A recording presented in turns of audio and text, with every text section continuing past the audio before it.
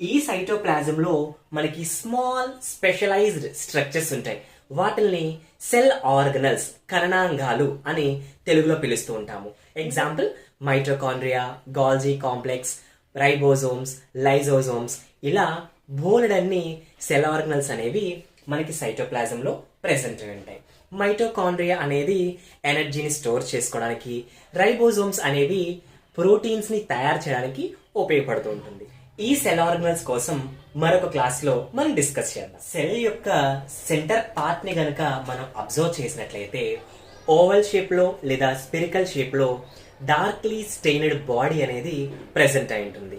దానిని మనము న్యూక్లియస్, కేంద్రకము అని పిలుస్తాము.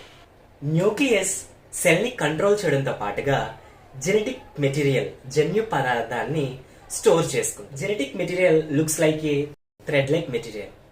పేరెంట్స్ నుంచి చిల్డ్రన్ కి వచ్చే జీన్స్, క్యారెక్టర్స్ ని క్యారీ చేయడానికి జెనెటిక్ మెటీరియల్ అనేది బాగా హెల్ప్ అవుతుంది. సెల్ స్ట్రక్చర్ ఇన్ఫర్మేషన్ కనుక మీకు నచ్చినట్లయితే వీడియోని లైక్ చేయండి.